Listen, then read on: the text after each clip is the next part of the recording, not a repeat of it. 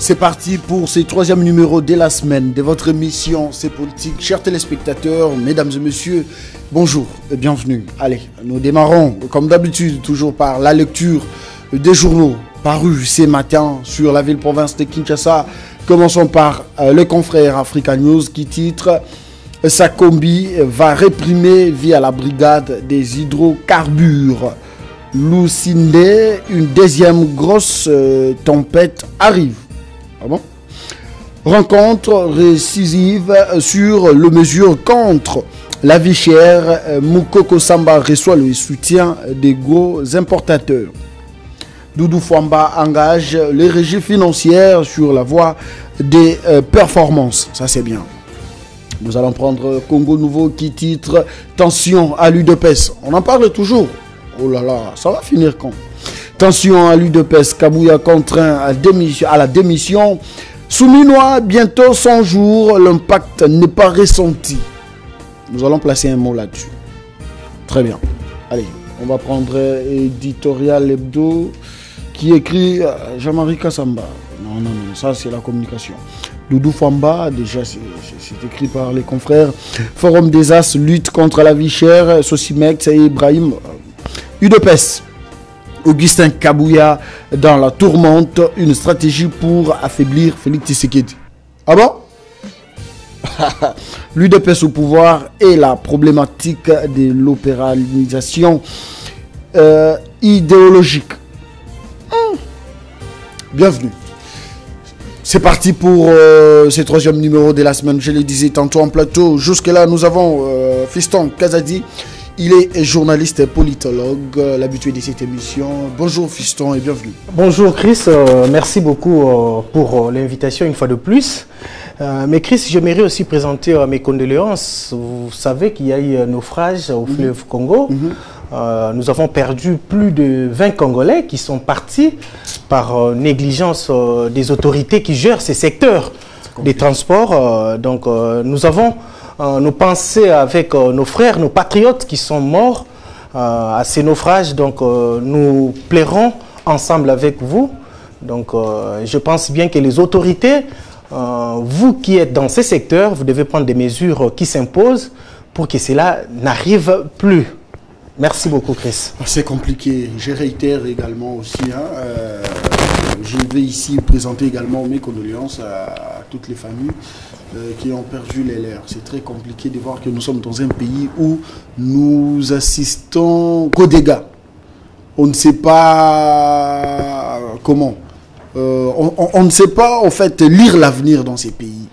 Il y a des choses qui devraient être faites en amont, mais apparemment nos dirigeants, on n'arrive pas à comprendre exactement qu'est-ce que vous faites comme travail. Qu'est-ce que vous faites comme travail? Parlons un peu du gouvernement souminois. Bientôt les 100 jours. Jusque-là, on n'a pas l'impact des grandes réalisations de ministres sectoriels. Nous exemptons ici Constant Moutamba qui reste jusque-là un cas isolé dans ces 10 gouvernements. Jusque-là, Constant est sur terrain, Constant est dans des dossiers, Constant fait peur à travers ces innovations, ces nouvelles idées. Et l'homme prouve que dans la jeunesse, il y a l'espoir, il y a l'envie, il y a une sorte d'une énergie de bien faire les choses, en fait. Merci Chris par rapport à cela. J'aimerais d'abord commencer par dire, si nous voulons réussir dans ces pays, Chris, il faut qu'il y ait la méritocratie. Il faut mettre l'homme, chacun à sa place. Est-ce que c'est ça ce qui a été fait dans ce gouvernement souminois? Heureusement, ils ont eu quand même ils ont eu le courage de ne pas surnommer ce gouvernement comme c'était à l'époque de Sama Lukonde qu'on nous avait trompé avec le gouvernement des Warriors. Oh. Et heureusement... Laissez Sama tranquille, il dirige les Sénats. Et heureusement, ils ont quand même resté humbles pour ne pas donner de n'importe quel nom à travers ce gouvernement. Mais moi déjà, au début, Chris, j'avais dit ça, que j'ai peur d'avoir ces gouvernements réussir. Oh. Vous savez pourquoi? Pourquoi? Parce que les choix et les personnes qui sont rentrées encore dans ce gouvernement, ce sont les mêmes qui ont eu à prouver, à montrer leur faiblesse au gouvernement Sama Lukonde. Aujourd'hui, Madame Souminois reste dans un carcan. C'est comme s'il est étouffé par certains certaines personnalités qui elle est chic, elle s'habille bien, Soumino. Non, non, non, non. Écoutez, elle a commencé déjà à se plaindre, Chris. Moi, je vous dis, si vous regardez même le visage de la dame pendant le conseil des ministres, elle est frustrée. Elle est frustrée parce que tout ce qu'il donne comme recommandation, tout ce qu'il demande aux autres ministres de faire, ceux qui sont comme des vautours, ceux qui sont comme des grands, ceux qui pensent être des gros poissons dans ce gouvernement, la plupart n'exécutent pas ce que demande la dame. Cependant, le président de la République doit trancher. Non, non, mais écoutez, le président de la République ne peut pas être là à tout moment. Mais il prend part quand même en tant que membre du Conseil des ministres. Ce que devait faire cette dame, c'est de s'imposer, de commencer même à sanctionner. Parce qu'elle en a le droit de sanctionner certains. Mais cette question, je l'avais posée bien avant à l'investiture, ou soit de la mise en place de ces gouvernements. On voyait déjà les caciques que vous venez d'énumérer tout à l'heure. Et donc, on parlait du leadership. Exactement. De la première ministre. Et aujourd'hui, elle est devant un fait accompli. Exactement, parce qu'il y a des gens que la première ministre n'arrive pas totalement à gérer. C'est vrai ça. On doit se dire. Non, non, non, ne dites pas ça, c'est trop fort. Mais je vous dis. Mais Soumino est charismatique, elle est chic, elle s'habille bien, ça prenons un exemple de ce qui s'est passé au fleuve avec le naufrage ici. Qui est les titelles, qui est les ministres qui devaient être en premier être informés par rapport à cet état des choses? C'est le ministre des Transports. Est-ce que depuis hier jusqu'à ce jour, vous avez suivi même un communiqué? Vous avez entendu un message? Il est au courant, Jean-Pierre Bemba, il est au courant. Mais il est le premier à être mieux informé que vous et moi, Chris.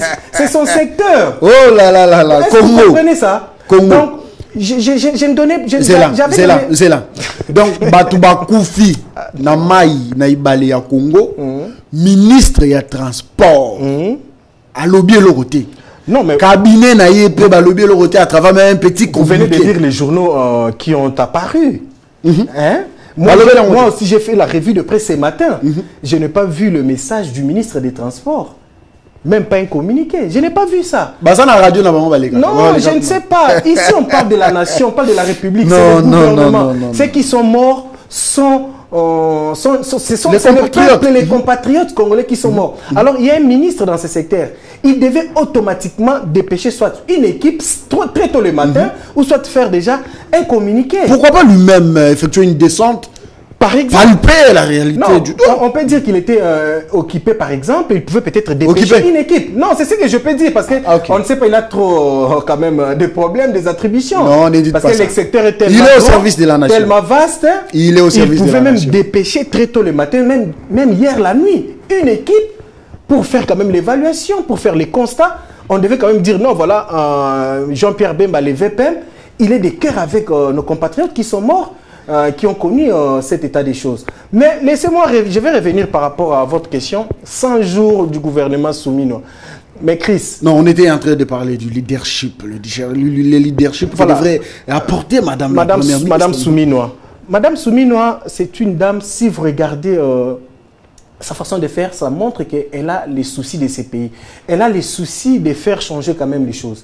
Mais est-ce son entourage, les caciques qui sont autour de lui, est-ce qu'ils ont les mêmes soucis?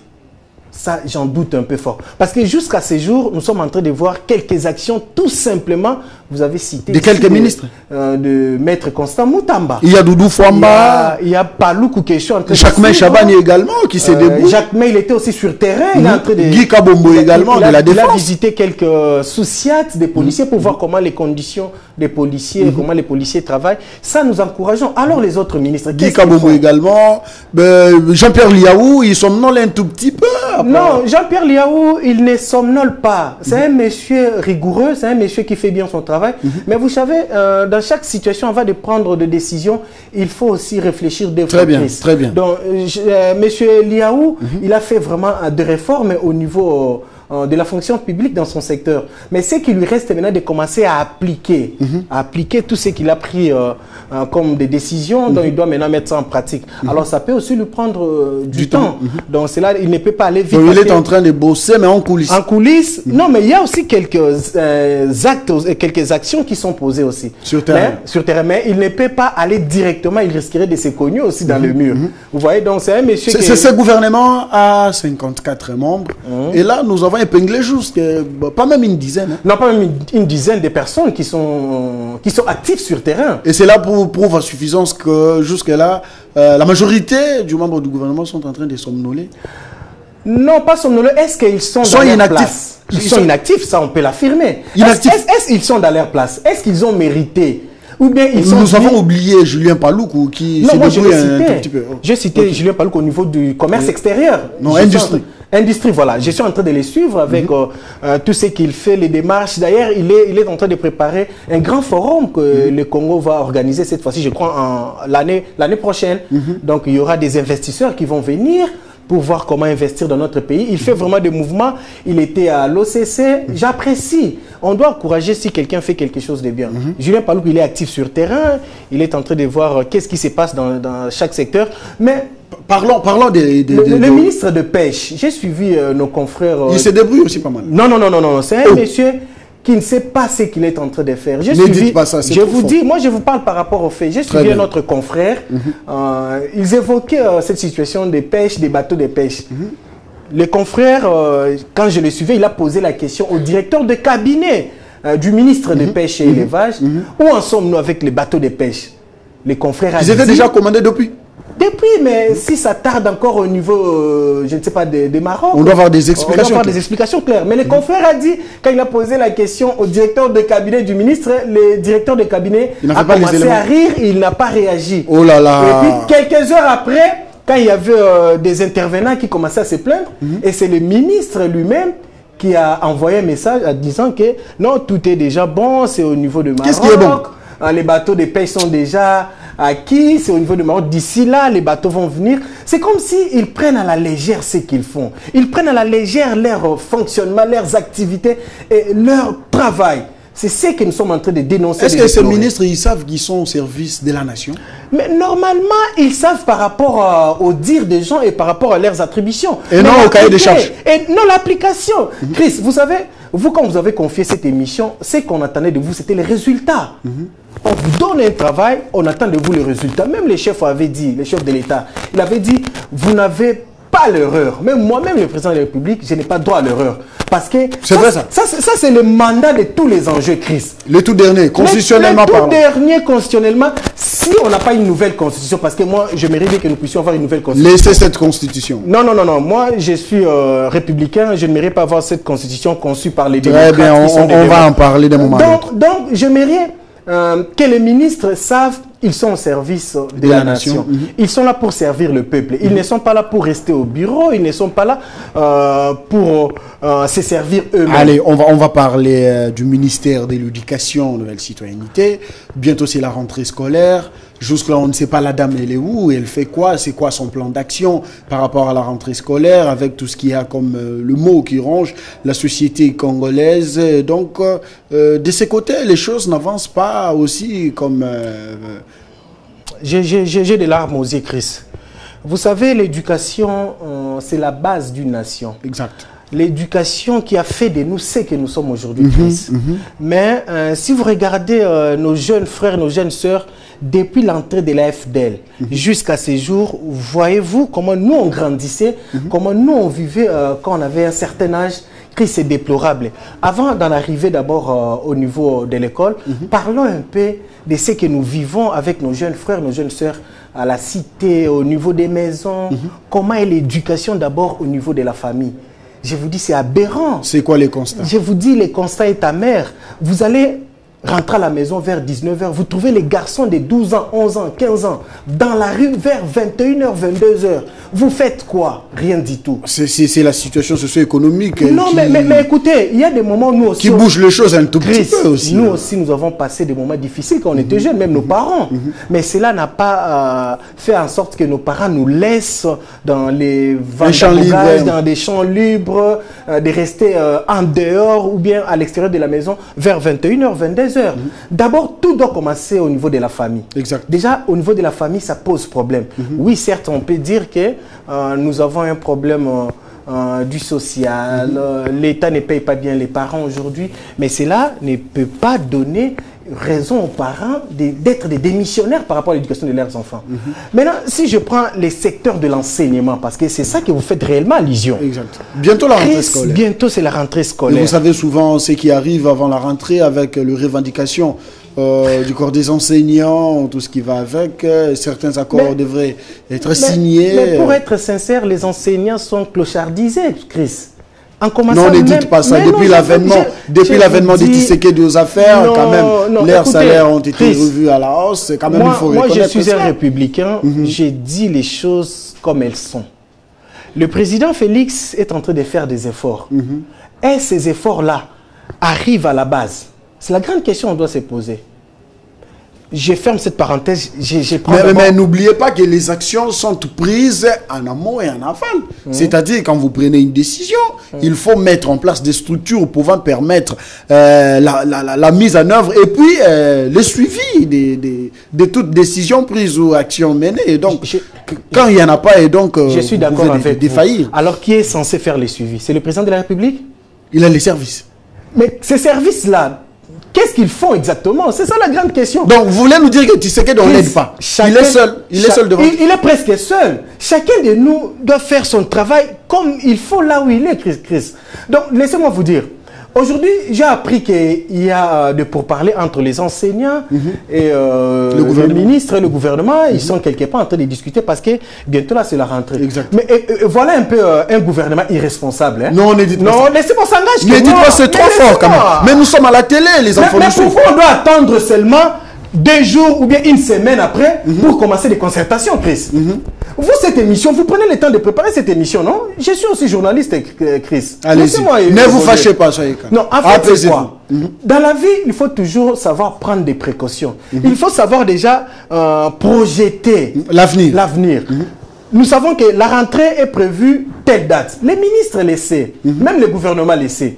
Est-ce les enseignants, nous sommes en parfaite relation avec les enseignants? Exact. Si c'est non, on peut déjà commencer à côtoyer les enseignants, à échanger avec les enseignants, à faire des tables rondes avec ces enseignants. Déjà, on devait les faire un mois même avant. Pourquoi attendre seulement 2 semaines de la rentrée pour les faire? Et s'il n'y a pas eu accord dans ces pourparlers, ce qui veut dire la rentrée sera renvoyée. Nous risquons pour que la rentrée soit renvoyée encore. Vous voyez encore l'incompétence de ce gouvernement. L'incompétence déjà de ce nouveau ministre qui est venu. J'ai une information. Ce matin, j'étais avec un agent de la CECOP. Il m'a dit que tout ce qu'il touchait comme prime, aujourd'hui, tout a été bafoué. Tout a été annulé. Ils ne touchent plus leurs primes. Depuis la mise en place de ce gouvernement. Depuis la mise en place de ce gouvernement, c'est ce que cet agent de la CECOP m'a dit. C'est encore une information vraiment à vérifier. Et donc, c'est ce qui veut dire qu'il y aura une guerre froide. Il m'a dit déjà entre eux, il y a un ça ne va pas. Ils avaient introduit une demande auprès du gouvernement. Le gouvernement a répondu, mais il continue d'attendre pour qu'ils puissent bénéficier de ce qui leur revient des droits. Est-ce que vous voyez un peu? Maintenant, du côté des enseignants, les enseignants exigent déjà environ 500 $ par enseignant pour la rentrée des classes. Donc, les derniers enseignants doivent déjà bénéficier environ 500 $ pour continuer l'enseignement. 500 $, c'est 1 700 000, quelque chose comme ça. Mais c'est peu. 1 700 000 de francs congolais. Un député national touche combien? Laissez les députés tranquilles. Non, je ne les laisse pas. Ils sont au service de la population. Ce sont des élus du peuple. Vous oubliez leur rôle quand même. Les enseignants sont du peuple. Les enseignants, ce sont eux qui transmettent la connaissance à ces députés. Nous tous ici, nous sommes passés par le banc de l'école. C'est pourquoi on arrive à réfléchir. Mais sinon, pas la conscience de penser aux enseignants. Pourquoi on ne peut pas mettre ces enseignants dans des bonnes conditions? En avant-plan. Il y a des enseignants, les médecins. Il y a comment encore, quel secteur encore qu'on doit mettre encore à l'avant-plan? Nous, la presse. Non, la presse, nous, même si on peut venir même à 85%, ne dérange pas. Mais d'abord, les enseignants. Qu'on reste comme ça, comme on nous sabote. S'il vous plaît, les enseignants, les médecins, les infirmiers, infirmières. Mais j'ai dit, ce sont des corps qu'on ne peut pas négliger dans un état sérieux. Vous avez oublié les hommes maintenus. Voilà, les militaires et les policiers. Merci beaucoup, mon frère. Vous savez, moi, nous aimons les militaires. Nous vous saluons. Non, je vous donne ici quelque chose. Je vous dis quelque chose. Moi, je suis un fils d'un officier militaire. Ça, vous ne le savez pas. Mon grand-père fut militaire. Est-ce aujourd'hui, vous croyez qu'un militaire, un adjudant ou bien un prénom, mais un adjudant-chef peut envoyer son enfant à l'université? Aujourd'hui. Un policier, un adjudant policier peut envoyer son enfant à l'école. Un enseignant de B1, si c'est A1, peut envoyer facilement son enfant à l'université. Un infirmier peut envoyer facilement son enfant à l'université, Chris. Nous devons dire des choses comme elles sont. Très bien. Vous allez chuter. Je voulais chuter par rapport à ces dossiers. Toutefois, pour interpeller la ministre de l'EPST, de l'enseignement, Madame la ministre, vous êtes venue dans un terrain qui n'est pas facile. Un terrain glissant. Mais je vous dirai une chose. Vous savez, si vous voulez réussir dans chaque chose, vous devez avoir une bonne communication. Nous, les journalistes, quand nous vous parlons de la communication, vous prenez ça à la légère. La communication, ce n'est pas de passer à la télé et nous dire, voilà, la rentrée scolaire aura lieu, les écoles, vous ne pouvez pas faire payer les gens en dollars, vous ne pouvez pas exagérer avec les frais, je ne sais pas moi, ce que vous dites là à la télé. Non, ça veut dire la communication dans le sens savoir comment échanger avec vos interlocuteurs, savoir comment échanger avec les enseignants, avec les syndicats des enseignants. Si vous les commencez très tôt, et le résultat sera aussi des bons résultats. Mais si vous les commencez en retard, vous faites les gros dos, nous sommes des ministres, nous sommes déjà... Là, on est arrivé, je vous dis, Madame la ministre, vous allez échouer. Alors, vous allez sauter. Vous avez encore... Et ça va péter. Si nous allons... Faut pas intimider les ministres en fonction. Si nous allons demander votre départ, si vous ne voulez pas qu'on demande votre départ, Madame la ministre, il est temps que vous puissiez arranger la situation. Je vous retire la parole. Et... c'est là, va aider les enseignants pour la rentrée scolaire. Merci Chris. Non, faut pas je n'intimide pas. Vous savez, quand un républicain parle... Elle est ministre en fonction. Non, mais il est à notre service. Vous ne les savez pas. Exact. Ils sont là pour nous, pour le peuple, pour les enseignants. Il ne faut pas l'intimider. Non, elle est prise en charge par le gouvernement congolais. Très bien. Nous sommes en direct. C'est votre émission, c'est politique. Mesdames et messieurs, en plateau, un autre invité vient de s'ajouter à nous. Elvis Meti, confrère également, libre penseur. Bonjour et bienvenue. Bonjour. Fiston Kazadi. Bonjour, chers patriotes. Bonjour à tous les téléspectateurs de la 10e rue, mais notamment des C politiques. C'est un plaisir, notamment, et puis malgré que ça soit un peu avec un léger retard. Comme toujours. On présente nos mea culpa, on espère que c'est un devoir. Très bien, merci beaucoup. On ne va pas vous en vouloir, mais quand même ici, Fiston était en train de parler, faire allusion à ces gouvernements souminois, un gouvernement selon lui qui n'est pas actif. Partagez-vous cet avis? J'ai suivi un des briefs d'un confrère aussi pertinent en locution, mais notamment en réflexion. Je pense qu'il n'a pas tort.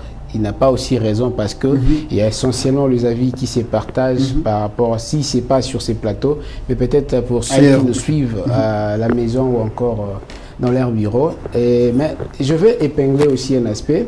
Ceux qui vont essentiellement aller dans les contre-courants de sa pensée ou encore de son expression seront peut-être ceux qui ne voient pas le problème en face, seront peut-être ceux qui ne voient pas la RDC après 4 ans, parce que Tshisekedi essentiellement devait jeter l'éponge par rapport aux règles constitutionnelles après 5 ans. Exact. Et ce sont peut-être ces gens-là qui ne doivent pas encourager le chef de l'État par rapport à certaines façons de faire les choses. Et quand je dis certaines façons de faire les choses, il a déjà consommé 5 ans passés, le premier mandat. Quand il y a certaines choses qui n'avancent toujours pas, mais nous continuons à dire... Comme par exemple? Il y a beaucoup de choses qui n'avancent pas. Vous venez de parler ici de la scolarité. Il y a tellement plein de choses. Il y a la misère sociale. Il y a aussi l'insécurité qui bat son plein. Et pour ne citer que cela comme problème, je pense qu'il y en a vraiment de problèmes qui sont légion, qui gangrènent la société congolaise aujourd'hui.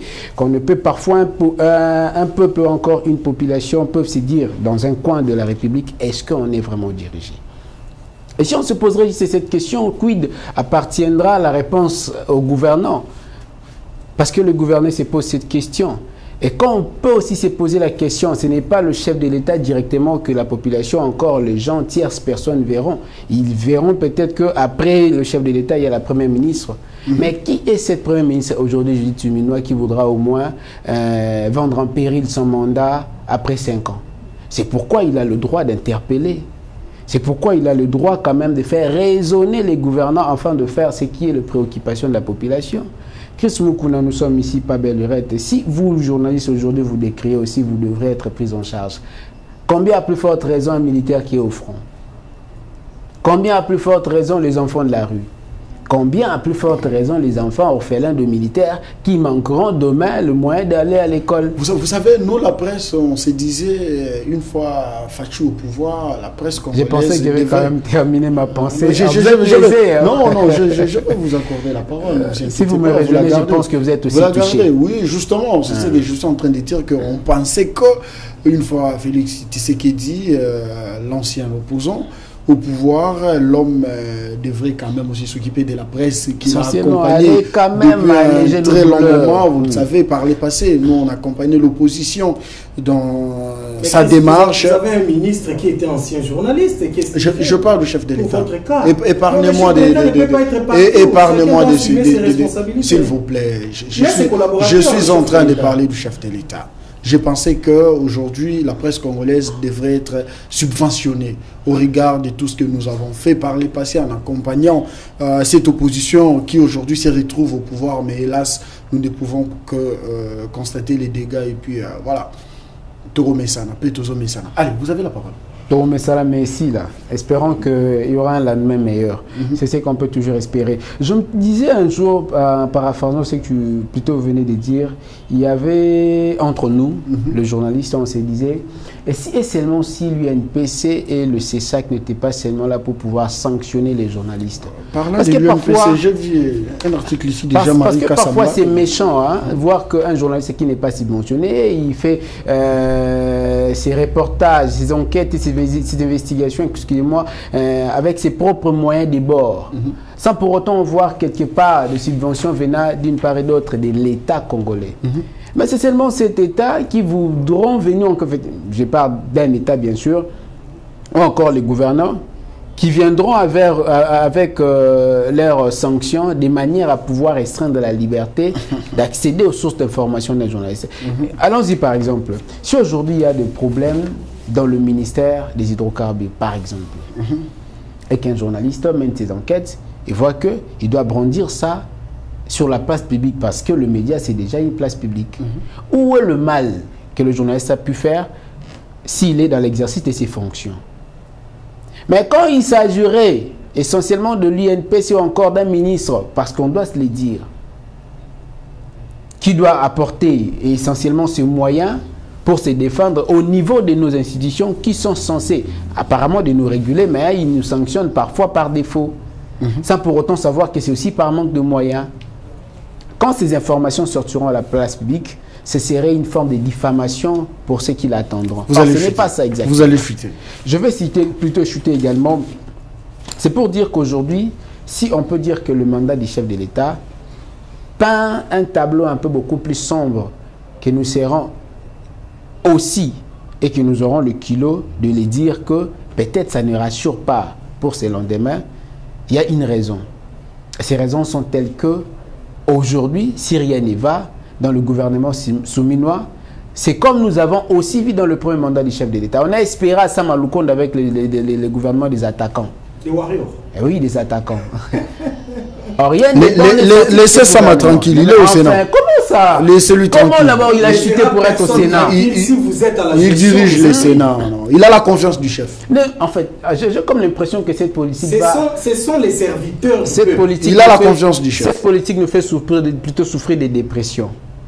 Parce qu'en principe, parfois, quand on veut vraiment parler de choses de l'État, on arrive à émettre dans une longueur d'onde qui parfois ne permet pas que nous puissions réfléchir normalement. Ça donne la colère, Chris Mukuna. Et en tant comme des médias, on est parfois censé pas de dire certaines choses sur la place publique. Mais ce que nous voyons est au-delà de l'aspect humain.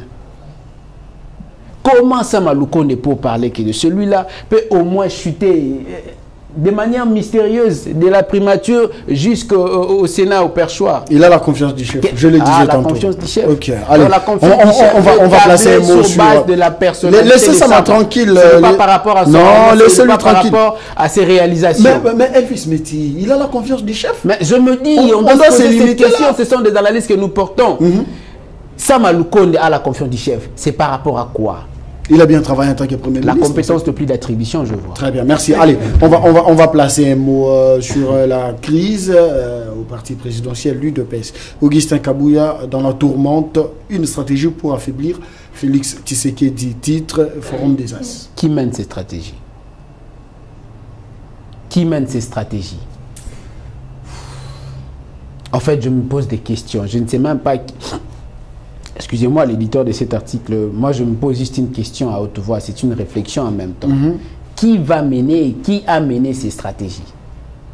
L'UDPS s'est embourbé dans les histoires sans comprendre qu'il est déjà au pouvoir depuis longtemps. C'est depuis belle lurette. 5 ans passés. Et même Augustin Kabouya, quand il va sortir au créneau pour dire que la population avait confiance à l'UDPS, mais aujourd'hui, ces derniers ne s'en prennent pas que aux intérêts de la population, mais à ses propres intérêts. Il rejoint Jean-Marc Abound qui... C'est ça d'ailleurs, c'est ça d'ailleurs. Le gouvernement est réjouisseur, nous devons le dire. Et quel en est le synonyme de celui qui veut seulement s'accaparer de ses propres envies, de ses propres intérêts? N'est-ce pas un jouisseur? Mais lui-même, Augustin Kabouya, secrétaire général du parti, il est reproché de ne pas... non, parmi donner ceux, du travail, parmi ceux, faciliter les combattants à avoir du travail. C'est ce que je dis. Et pourquoi il doit tenir ces Je m'en vais. Pour qu'il puisse souligner ses propos, Augustin Kabouya, avant que l'éditeur puisse souligner au moins dans ses manchettes, pour dire qu'il y a des histoires au sein du parti au pouvoir, et que l'UDPS serait actuellement en train de pouvoir rendre un mauvais service au chef de l'État. On va se poser la question à partir du secrétaire général qui est le président AI du parti. Qu'est-ce qu'il a rendu comme service? Le premier mandat d'abord. Très bien. Parce qu'il ne peut pas se justifier au deuxième mandat. Ce résultat doit au moins se justifier par rapport au premier mandat. Sur le plan politique, le bilan il est positif. Est-ce que... Plusieurs élus à tous les niveaux, et donc c'est satisfaisant quand même. Ok, il doit y avoir un impact au niveau du parti et de la population. Quel est cet impact? Ça c'est un autre aspect. Ce n'est pas un aspect, c'est un aspect qui justifiera au moins la compétition du... Mais je l'ai dit tantôt, sur le plan politique, ça a marché. Mais il a donné plusieurs élus. Chris Moukouna, la politique c'est l'art de gérer et de prévoir. Qu'est-ce que ça a eu comme impact sur le plan social, économique et politique de ces partis? Très bien. Allez, Fiston, vous allez également réagir avant d'aborder la thématique. L'UDPS, Augustin Kabouya, dans la tourmente. Une stratégie pour affaiblir Félix Tshisekedi. Chris, titre Forum des As. Vous allez me laisser aussi réfléchir. Il ne faut pas me couper. Allez-y. Vous savez, l'impréparation amène l'échec. Je ne sais pas si vous serez d'accord avec moi. L'impréparation au sein de l'UDPS. J'ai commencé cette émission en vous disant... on devait mettre chaque personne à sa place. Exact. Aujourd'hui, Augustin Kabouya est devenu comme quelqu'un qui est en train de combattre même Félix Tshisekedi, même son pouvoir. Ça, c'est fort, ça. Non, mais dans sa communication, c'est que Kabouya est en train de dire, Chris, mais ça fait peur. À chaque fois que Augustin Kabouya sort de son silence, pour sa communication, il y a toujours des ratés. Il y a toujours... Vous sentez que... Donc, quelqu'un qui n'était pas préparé pour ce poste-là.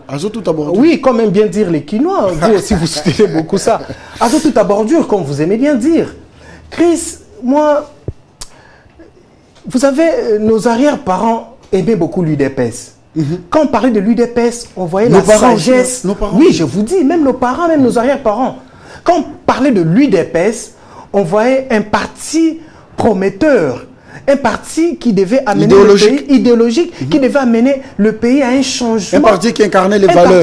Un parti qui était incarné. Qui était, je ne parle pas de l'UDPS. Qui incarnait les valeurs. Qui incarnait, voilà, les valeurs. À l'époque, c'est l'UDPS que nous avons connu. Les combattants, ils étaient des étudiants, pardon. Exactement, c'était des jeunes qui réfléchissaient. Après l'UNIKIN, les universités, c'était à la base qui s'y retrouvaient. Vous savez, même nous à la maison, on croyait que nos parents étaient de l'UDPS. Parce qu'à chaque fois que Mobutu dérapait, c'était l'UDPS qui cherchait à rétablir l'ordre, à faire revenir Mobutu dans l'ordre. Exact. Vous voyez? Mais est-ce aujourd'hui, c'est l'UDPS que nous avons connu? Est-ce que cette même image est toujours préservée? Non, non, comment ça s'est préservé? Aujourd'hui, l'UDPS est en lambeau. J'ai suivi un autre... Ça, c'est fort, ça. Non, mais ce n'est pas moi qui l'ai dit, c'est eux-mêmes. J'ai suivi un autre cadre de l'UDPS qui disait à la télé, on était allé voir maman. Maman nous a dit que l'UDPS n'existait plus. Mais non, on ne dit pas ça. Oh, mais c'est un cadre de l'UDPS qui est devant la télé. Citez son nom. Vous savez, moi, je n'aime pas citer les noms des incompétents.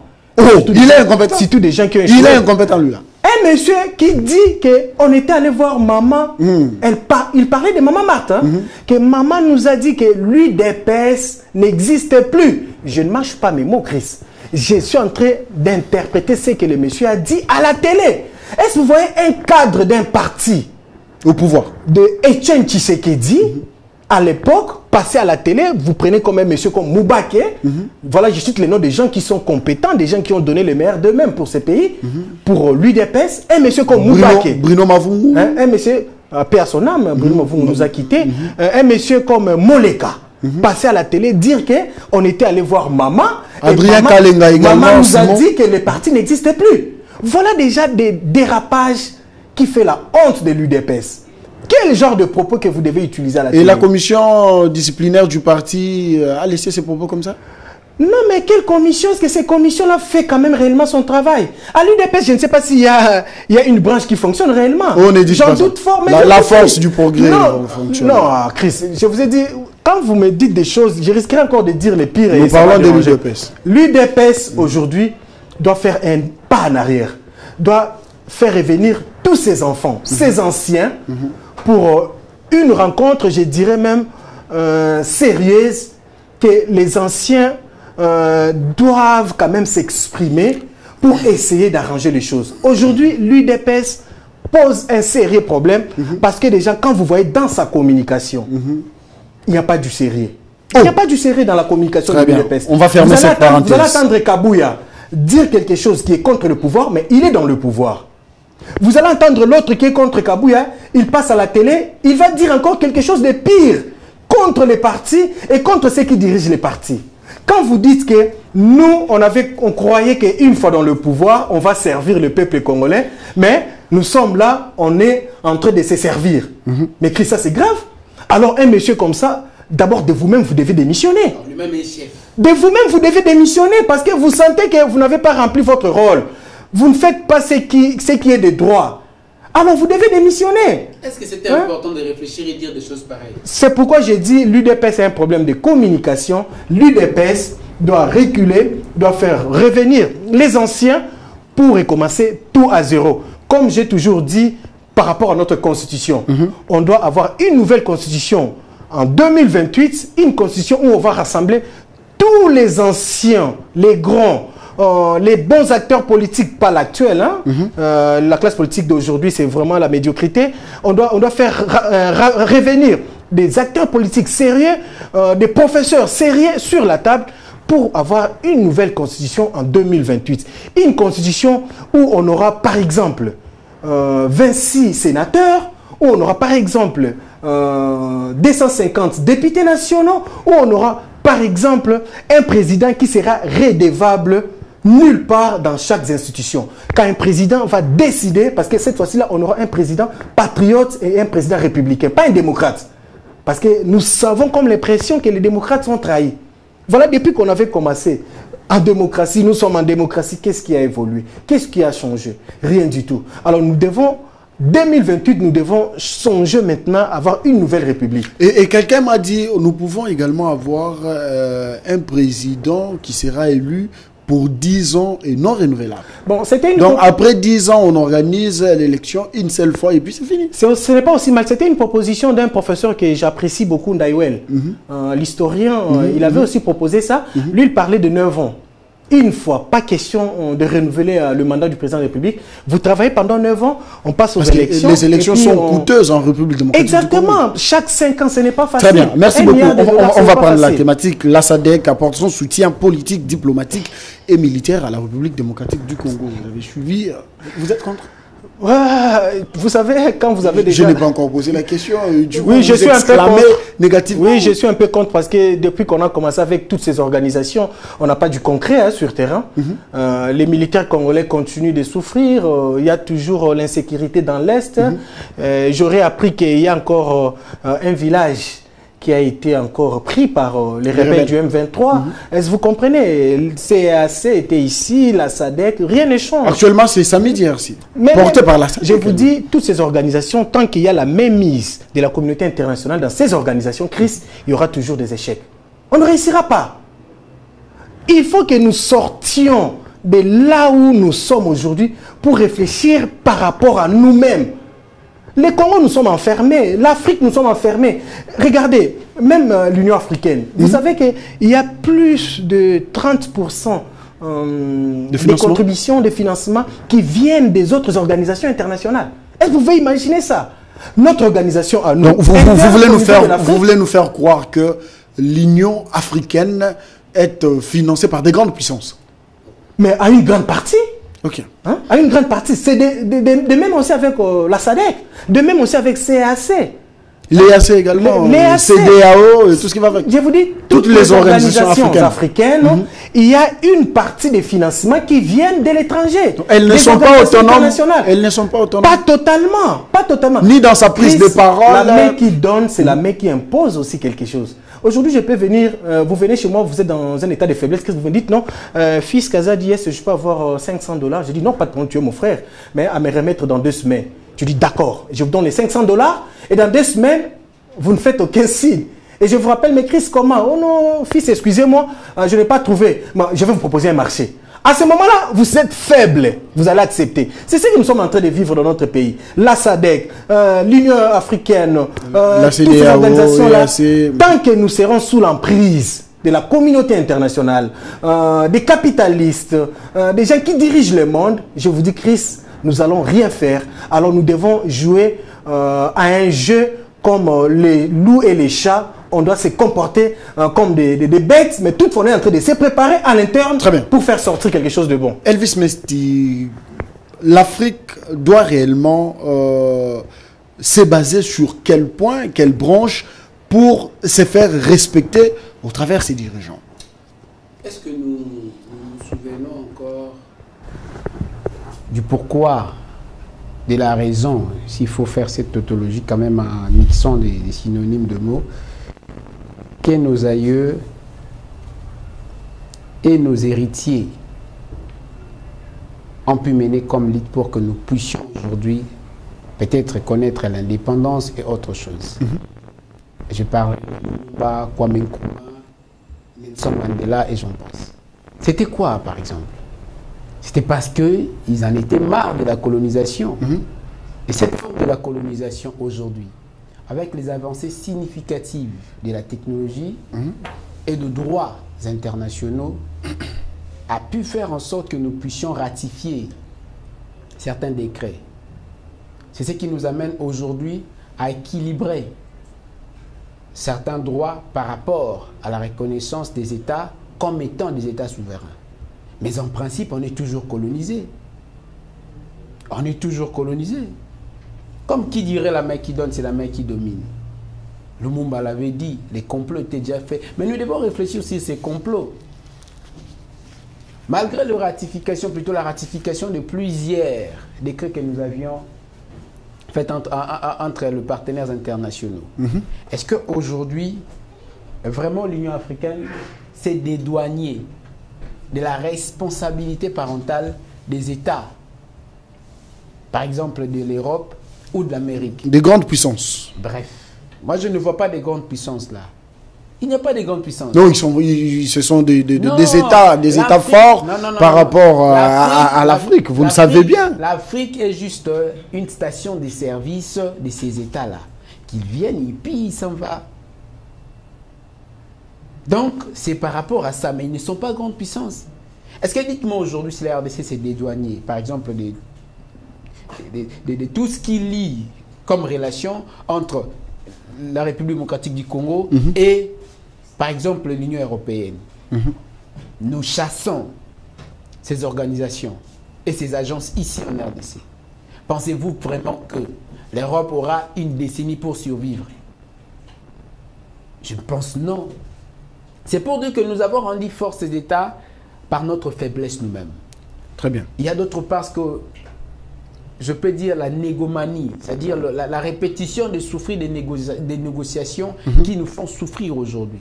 Pourquoi? Parce qu'on a accepté que la SADC parle trichement, bien sûr, de la SADC, que les organisations internationales ou encore que la communauté internationale puisse venir nous mater et nous mettre la main à chaque instant.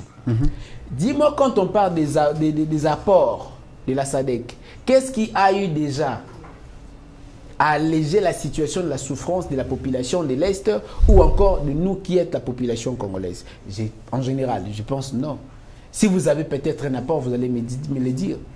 Et depuis quand cette relation a commencé? Depuis quand cette mission des bons offices a commencé? Mais est-ce qu'on peut aussi être aussi lâche à ce niveau? Soit la politique nous berne, nous qui sommes la population. Apparemment, c'est tout le monde qui apporte son soutien à la République démocratique du Congo sur tout le niveau, donc sur tout le plan, pardon. Et après, le problème des Congolais persiste. Mais c'est la théorie. Mais c'est ça. C'est de la théorie, Chris.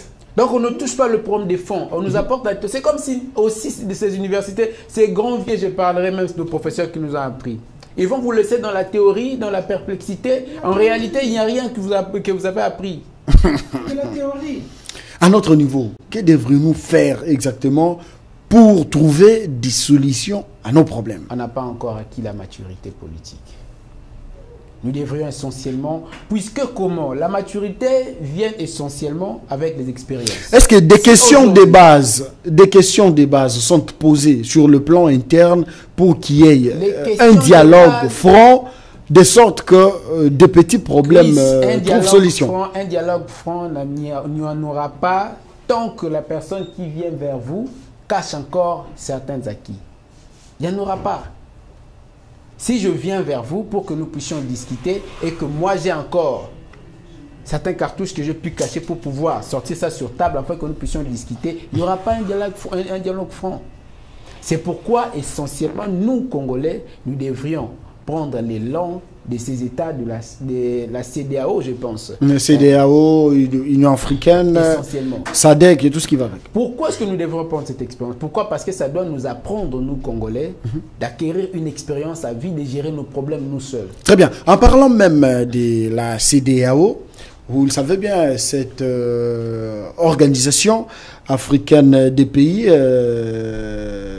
de l'Afrique australe, avec comme 16 membres. Tout récemment, 3 membres se sont retirés. Nous citons le Burkina, le Niger, le Mali. Et aujourd'hui, la CEDEAO fait appel à ces 3 nations de réintégrer la communauté. Partagez-vous cet avis? Et vous trouvez cet avis correct? Je ne peux même pas partager cet avis. Parce que regardons quand ils étaient au sein de la communauté, comment est-ce que leurs États étaient. Aujourd'hui, ils avancent sans qu'il y ait une mainmise, mal en prise, sans qu'il y ait quand même une mainmise, sans qu'il y ait l'œil regardant. Ils avancent normalement. Et d'ailleurs, sur le plan économique, ils ont pu avoir des avancées. Seulement ces 3 États. Ils ont créé un bloc à 3 appelé l'Alliance des États du Sahel. Aujourd'hui, on doit se le dire. La peur que nous a infligé la communauté internationale avec Kadhafi, Kabila le père, et j'en passe, c'est cette peur qu'aujourd'hui a pu braver ces 3 États. C'est-à-dire, avant Kadhafi avait cette initiative que nous devrions créer notre État Union africaine. Mais aujourd'hui, nous voyons que cette Union africaine a commencé par ces 3 États. Et si c'est que vous appelez les États forts, ils peuvent détruire au moins cet État. Combien de temps cette union existe jusqu'à aujourd'hui? Très bien, merci beaucoup. Très bien, merci. La CEDEAO souhaite le retour du Burkina, du Mali et du Niger en son sein. Allez, cependant, la communauté économique des États de l'Afrique de l'Ouest, CEDEAO en sigle, s'efforce de convaincre le Burkina, le Mali et le Niger pour qu'ils réintègrent la communauté selon l'agence de presse du Nigeria, non en sigle. Une réunion du comité conjoint du Parlement de la CEDEAO s'est tenue à Abidjan, l'ancienne capitale de la Côte d'Ivoire. Et donc, fils, aujourd'hui, est-ce Ibrahim Traoré du Burkina, moi j'aime bien appeler les pays des hommes intègres, le président du Niger et du Mali, aujourd'hui ils sont en train d'apporter l'espoir à une nouvelle Afrique? Exactement. Moi j'apprécie beaucoup ces 3 messieurs, ce sont des hommes à féliciter. Mais cette démarche-là, c'est déjà une démarche, je peux dire, qui a échoué déjà en avance. De la CEDEAO? Exactement. Vous allez voir un monsieur comme Ibrahim, bien Goïta, accepter encore de retourner dans une emprise, comme a dit mon confrère. Non, Chris, même nous là, on ne peut pas regagner encore dans les mamelles de nos mamans. Hein? Parce que quand vous avez déjà la connaissance, quand vous avez acquis la connaissance du monde extérieur, alors à ce moment-là, vous devez maintenant tracer votre chemin. Ces trois-là ont déjà tracé leur chemin. Ils ont compris qu'on était sous l'emprise de ces gens qui nous ont menti sur la démocratie, voilà, les droits de l'homme. Manipulés par les grandes puissances. Mais ils sont tous, les impérialistes, ils sont tous ensemble. Ils sont ensemble. C'est ça ce qui se passe encore chez nous. Nous aussi, nous continuons à être manipulés. Alors si nous devons aussi avoir ce courage, enlever la peur, comme a dit mon ami, suivre ces trois nations. Traoré, il est trop jeune, le président Traoré. Non, mais c'est la jeunesse qui fait aujourd'hui. Bon, je ne parle pas des jeunes par rapport à l'âge. Moi, j'aime parler de la jeunesse sur le plan de l'esprit, de la mentalité. Quelqu'un qui a un état d'esprit ouvert, quelqu'un qui a la connaissance, quelqu'un qui a compris que nous sommes aussi des humains comme eux. On peut aussi réfléchir et changer notre façon de vivre. Je l'ai suivi dans une vidéo que j'aime bien balancer. Il dit vous nous avez dit que nous sommes des pays pauvres. Quand vous citez les pays pauvres, vous êtes contents, Burkina Faso, les Bénin et les autres. Mais quand on vous demande de partir, de nous laisser travailler pour notre pays, vous ne voulez pas. Avec notre pauvreté, et vous refusez de partir. Qu'est-ce qui est caché? Qu'est-ce qui vous retient? Donc, il y a Anguille Roche. J'ai aimé le monsieur et j'aime bien le suivre. En fait, c'est un monsieur qui peut révolter l'Afrique. C'est un monsieur qui peut révolter l'esprit des panafricanistes. Voyez-vous Ibrahim Traoré sur les traces de Thomas Sankara? Thomas Sankara, mais c'est les petits de Thomas Sankara. Il est sur les traces de Lumumba, l'autre ici, le Sénégalais ici. Les noms m'échappent. Donc, les Ghanéens. Les Ghanéens. Voilà, c'est un monsieur, il a pris son temps. Et puis, j'apprécie beaucoup les militaires. Vous voyez, moi, d'ailleurs, Chris, laissez-moi flasher un truc. J'aimerais qu'à chaque fois qu'on aura des diplômés d'État, quels que soient les filles ou les garçons, qu'on mette un peu un service de 6 mois de formation militaire. Ça a été dit dans ce pays, ça a été dit, oui. Donc que ça soit maintenant pratiqué, vous voyez. Voilà, l'esprit militaire, j'ai comme l'impression, ça mène les gens à enlever un peu la peur, ça mène les gens à penser autrement. Ça mène à la révolution? Donc, dans le bon sens, pas dans le mauvais sens. Briser la peur. Briser la peur, pas la révolution d'aller casser les choses des gens, pas la révolution... mais d'avoir un esprit éclairé, au fait. Un esprit éclairé, un esprit qui peut réfléchir d'abord pour soi-même, pour sa nation. Vous allez conclure. En fait, moi je pense qu'il faut ici dénoter qu'Ibrahim Traoré a pu passer la majeure partie de sa vie en Europe. En France, précisément. En France, précisément. Où il a passé aussi ses études, la grande partie de ses études. Donc il connaît bien la France. Connaît très bien la France. Et pouvoir aussi se dire non, je ne peux pas trahir ceux qui m'ont pu aider à être ce que je suis devenu. Je change de nationalité, je reste là-bas. Mais il revient au pays avant l'âge.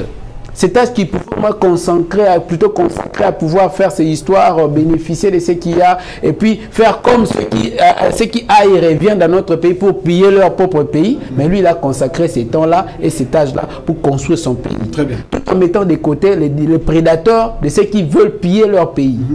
Mais est-ce qu'on peut au moins être antagoniste de l'idéologie de la personne qui mène à pouvoir... Il a commencé par rompre les relations traditionnelles avec ses pairs et du coup, il s'est lancé sur une autre voie.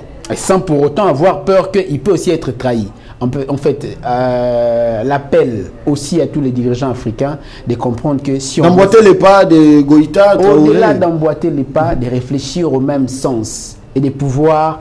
suivre le pas de ces chefs d'État africains qui, pour l'intérêt de l'Afrique, ont pu donner, et puis jusqu'à aujourd'hui, continuer à donner leur vie. Ça n'est fini. Je peux conclure? Vous voulez conclure? Oui, j'aimerais bien dire... 30 secondes. J'aimerais bien dire un mot à Madame Souminois. Laissez Souminois. Madame la Première ministre... Vous avez un problème, avec Souminois? Vous êtes les chefs de ce gouvernement. Vous devez vous imposer... et voir comment chaque ministre travaille. Si un ministre ne donne pas les meilleurs de lui-même, il a encore temps de les suspendre, de lui mettre à côté. On n'a pas droit à l'erreur. On n'a pas droit à l'erreur. S'il s'agit de voir le chef de l'État, pour même passer au remaniement après ces 100 jours, parce que les 100 jours ici, si je peux vous coter, je vous donnerai, je crois bien, 3 sur 10. Donc, vous voyez, vous n'êtes même pas arrivé à la moitié. Donc, vous êtes trop regardant. Déjà sur 100, vous êtes trop regardant. Sur les 100 jours, vous avez échoué, Madame Souminois. Donc, le Congolais attend beaucoup de vous. Faites très attention parce que la situation ne va pas bien. Il ne faut pas continuer à faire échouer les chefs de l'État qui vous a fait confiance. Merci de nous avoir suivis. Chers téléspectateurs, merci de votre confiance renouvelée sur les antennes de la 10e rue Télévision. Un grand merci aux héros dans l'ombre. Vous étiez nombreux ici pour nous accompagner pour la réussite de cette émission. On se retrouve demain pour un autre numéro. Entre-temps, restez en compagnie de notre programme Aslapita. Merci.